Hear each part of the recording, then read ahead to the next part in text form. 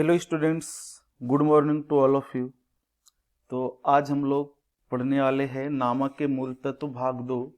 जैसा कि सभी बच्चों को पता है कि उनका सेकेंड टर्म एग्जाम अभी शुरू होने वाला है, तो हमने सेकेंड टर्म का जो पोर्शन है बच्चे उसके बारे में ही हम लोग डिस्कस करेंगे। तो आज हम लोग अकाउंट भाग 2 का सेकेंड चैप्टर घिसाई के हिसाब के बारे में आज हम सीखने वाले। घिसाई क्या होता है, घिसाई के सम्स कैसे बनाए जाते हैं।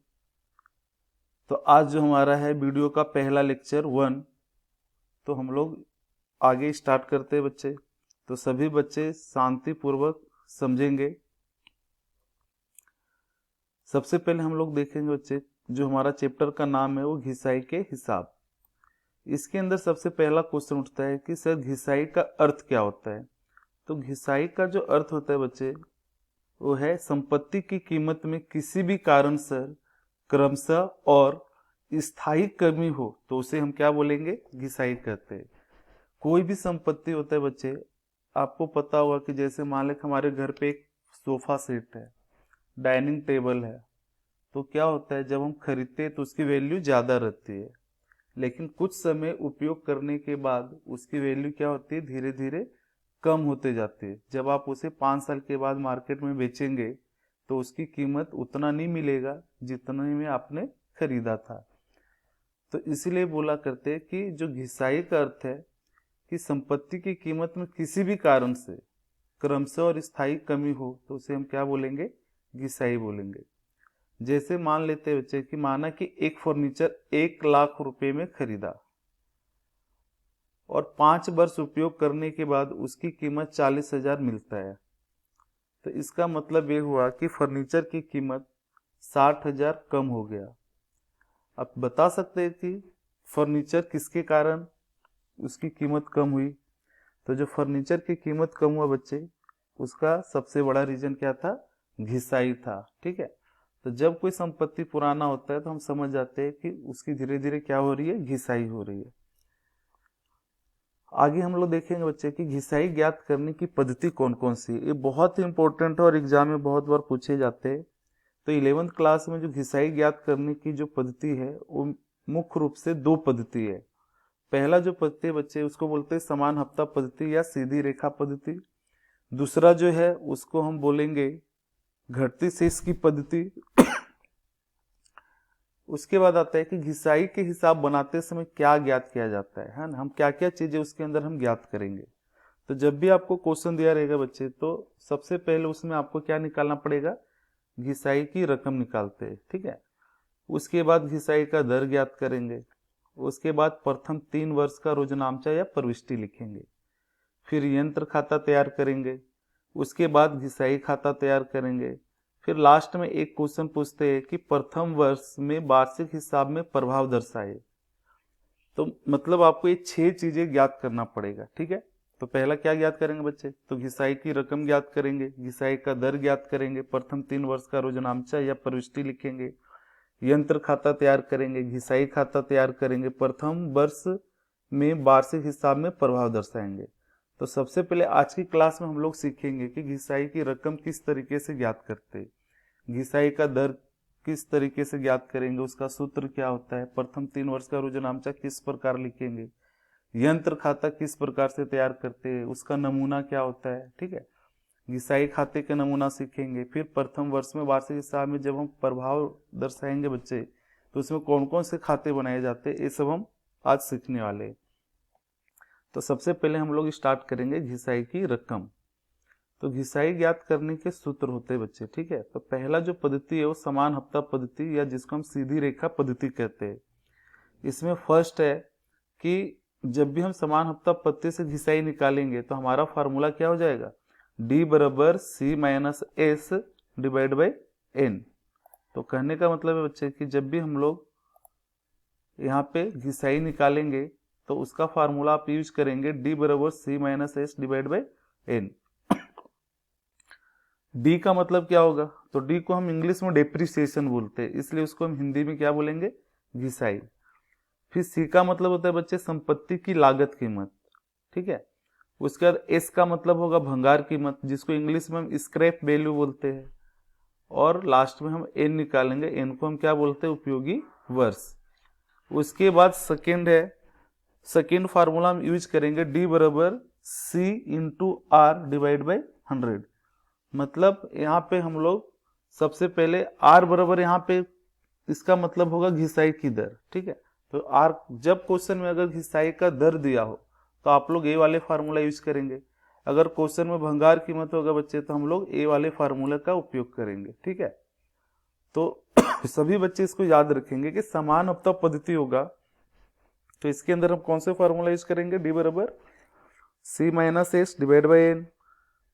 सी का मतलब क्या होगा बच्चे, तो संपत्ति की लागत कीमत, एस का मतलब भंगार कीमत, एन का मतलब उपयोगी वर्ष होगा और डी का मतलब क्या हो जाएगा, घिसाई, ठीक है। उसके बाद दूसरा जो फार्मूला होता है डी बराबर सी इंटू आर, मतलब सी गुना आर भागे 100 करते, ठीक है। तो ये फार्मूला का उपयोग कब करेंगे, जब क्वेश्चन में घिसाई का दर दिया होगा। तो ये फार्मूले सभी बच्चे आप नोटबुक में लिख लेना और इसको याद कर लेना, ठीक है। नेक्स्ट आता है दूसरा है घटती शेष की पद्धति। तो इस पद्धति में हम लोग सबसे पहले डी का फार्मूला यूज करेंगे सी इंटू आर डिवाइड बाई 100। मतलब सी को हम गुना किससे करेंगे, आर से, फिर डिवाइड बाई क्या कर देंगे 100। तो यहाँ पे डी का मतलब क्या हो जाएगा, घिसाई। सी का मतलब होगा संपत्ति की कीमत, आर का मतलब घिसाई की दर, ठीक है। तो आई होप से ये समझ में आया होगा सभी बच्चे को। तो ये फार्मूला आपको अच्छे तरीके से याद कर लेना, तो ये आपको हेल्प करेगा घिसाई की रकम ज्ञात करने में, ठीक है। नेक्स्ट हम देखेंगे घिसाई की हिसाबी प्रविष्टि, ठीक है। तो जो घिसाई की हिसाबी प्रविष्टि होता है बच्चे, इसके अंदर सबसे पहले हम लोग क्या करेंगे, रोजनामचा का फॉर्मेट बनाएंगे, ठीक है। जो आपने अकाउंट का जो पहला भाग है उसके अंदर आपने सीखा होगा रोजनामचा।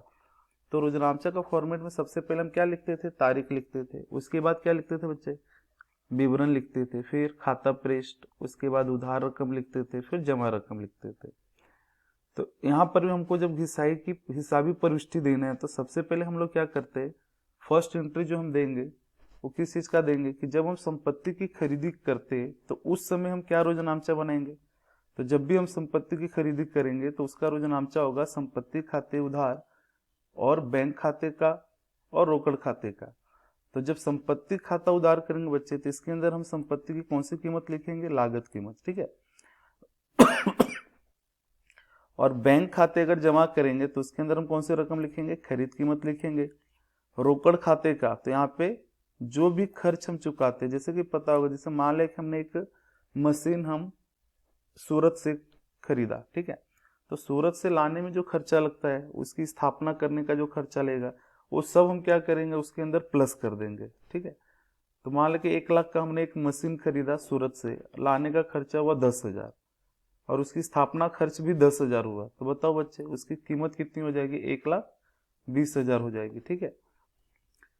उसका जो दूसरा रोजनामचा बनाएंगे बच्चे वो घिसाई का बनाएंगे, ठीक है। हिसाबी वर्ष के अंत में हम क्या करते हैं, घिसाई की प्रविष्टि लिखते हैं। तो उसकी प्रविष्टि होगा घिसाई खाते उधार और संपत्ति खाते का। तो यहाँ पे संपत्ति का मतलब क्या होगा कि जैसे यंत्र हो सकता है, फर्नीचर हो सकता है, मकान हो सकता है, जिस भी संपत्ति का हम लोग घिसाई निकालेंगे उस संपत्ति का नाम लिखा करेंगे, ठीक है। तीसरा जो रोजनामचा बनाएंगे बच्चे वो होगा घिसाई खाता बंद करके लाभ हानि खाते ले गए तो उस टाइम जो हम प्रविष्टि देंगे वो लाभ हानि खाता उधार कर देंगे, ठीक है। उसके बाद घिसाई खाते को हम क्या कर देंगे, जमा कर देंगे। क्योंकि घिसाई जो होता है बच्चे वो बिजनेस के लिए क्या है, एक प्रकार का खर्च होता है ना, ठीक है। तो इसीलिए इसको लाभ हानि खाते में हम क्या करते हैं, उधार तरफ लिखते हैं। तो ये आपको 3 प्रविष्टि अच्छे से याद कर लेने हैं। उसके बाद फिर हमारे जो नेक्स्ट टारगेट रहेगा बच्चे वो है, अब जैसे यहाँ पे एक क्वेश्चन हमने लिया है, आप सभी बच्चे ध्यान देंगे। जैसे यहाँ पे लिखा है कि वार्षिक घिसाई हमें निकालना है समान हफ्ता पद्धति से। तो सबसे पहले हम क्या करेंगे, यहाँ पे वार्षिक घिसाई का फार्मूला लिखेंगे डी बराबर सी माइनस एस भागे एन, ठीक है। डी का मतलब क्या होगा बच्चे, वार्षिक घिसाई की रकम ज्ञात करना है। सी का मतलब होगा लागत कीमत। अब यहाँ पे देखो कि लागत कीमत बराबर क्या होता है कि खरीद कीमत प्लस स्थापना खर्च। जैसे मैं मान लेता हूँ बच्चे कि 48,000 की एक संपत्ति खरीदी, एक यंत्र खरीदा और उसकी स्थापना खर्च 2,000 हुआ, तो बताओ इसकी प्राइस कितना हो जाएगी, तो सर 50,000 हो जाएगा। और भंगार कीमत मान लिया कि उस 10 वर्ष है, और कुल वर्ष है 10 वर्ष, मतलब 10 वर्ष उपयोग करने के बाद हमने उसको क्या किया, भंगार में बेच दिया 10,000 में। ठीक है, अब बताओ हमने खरीदा कितने में था, तो सर 50,000 में खरीदा था। उसकी भंगार कीमत कितना है बच्चे, तो 10,000 है। कितने साल तक उपयोग किया, तो 10 वर्ष तक।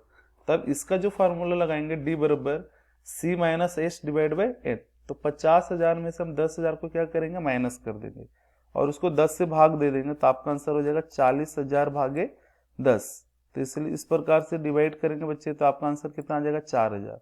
तो 4,000 जो आएगा उसको बोलते हैं घिसाई की रकम। क्या बोलते हैं, घिसाई की रकम। ठीक है, कई बार क्वेश्चन में पूछ देते हैं कि घिसाई का दर ज्ञात करें, तो दर निकालने के लिए हम फार्मूला क्या यूज करेंगे, तो डी इंटू 100 डिवाइड बाई सी। मतलब डी को हम क्या करेंगे, जो घिसाई है उसको गुना 100 कर देंगे और उसको यंत्र की लागत कीमत से हम भाग दे देते हैं। ठीक है, अब जैसे देखो यहाँ पे घिसाई कितना मिला था, 4,000, और हमारे यंत्र की जो लागत कीमत है बच्चे वो कितना था, तो अगर आप यहाँ पे ध्यान दो तो यंत्र की लागत कीमत टोटल कितना है, 50,000 है। ठीक है, तो 50,000 से भाग देके गुना 100 कर देंगे, तो आपका कितना परसेंट आ जाएगा, 8%। तो एग्जाम में पूछते हैं कि घिसाई की रकम ज्ञात करें, या आपसे पूछ सकते हैं घिसाई का दर ज्ञात करें, तो इस तरीके से आप निकाल सकते हैं। ठीक है, इसके बाद आता है यंत्र खाता। अब जैसे यहाँ पे लिखा है बच्चे प्रविष्टि। ठीक है, तो प्रविष्टि कई बार क्वेश्चन में पूछते हैं कि प्रथम 3 वर्ष का रोजनामचा बनाए। कितने वर्ष के पूछेंगे, प्रथम 3 वर्ष का रोजनामचा। तो उसके लिए आपको क्या करना है, सेम आपको फॉर्मेट बना लेना है इस तरीके से। अगर फर्स्ट ईयर है बच्चे, मान लें कि 1/4/2012 को हमने एक यंत्र खरीदा, तो उस टाइप का हम रोजनामचा बनाएंगे। यंत्र खाते उधार, बैंक खाते जमा और रोकड़ खाते का। और यहाँ पे आप लिखेंगे कि यंत्र खरीदा तथा स्थापना खर्च के चुकाए, तो ये आपकी पहली रोजनामचा बन जाएगा।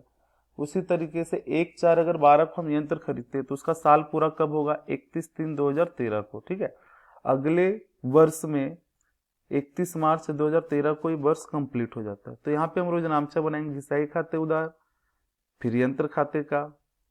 ठीक है, फिर वापस एक और रोजनामचा बनाएंगे बच्चे। जो घिसाई होता है उसको हम क्या करते थे, लाभ हानि खाते में लेके जाते थे, इसका रोजनामचा बनाएंगे लाभ हानि खाते उधार और घिसाई खाते का। तो इस तरीके से प्रथम वर्ष का ये जो हमने रोजनामचा बनाए बच्चे, ये सिर्फ 1 वर्ष का हुआ। कितने वर्ष का हुआ, 1 वर्ष का। और हमें एग्जाम में कितने वर्ष तक रोजनामचा लिखना है, 3 वर्ष तक। तो ये जो 2 रोजनामचा है जिसको मैं टिक कर रहा हूं, इसी रोजनामचा को आप वापस 2 बार लिख देंगे सेम। ठीक है, तो इसी को देखो मैंने यहाँ पे लिखा है 31/3/2014 लिखेंगे बच्चे। यहाँ पे लिखेंगे घिसाई खाते उधार, यंत्र खाते का, फिर वापस लाभ हानि खाते उधार, फिर घिसाई खाते का। तो ये आपका कितने वर्ष का बन गया रोजनामचा, ये 2 वर्ष का हो गया। ठीक है, ये 2 वर्ष का हो जाएगा। फिर उसके बाद नेक्स्ट 31/3/2015 बनेगा हमारा तीसरा साल। ठीक है, तो तीसरे साल में वापस घिसाई खाते उधार कर देंगे, यंत्र खाते का।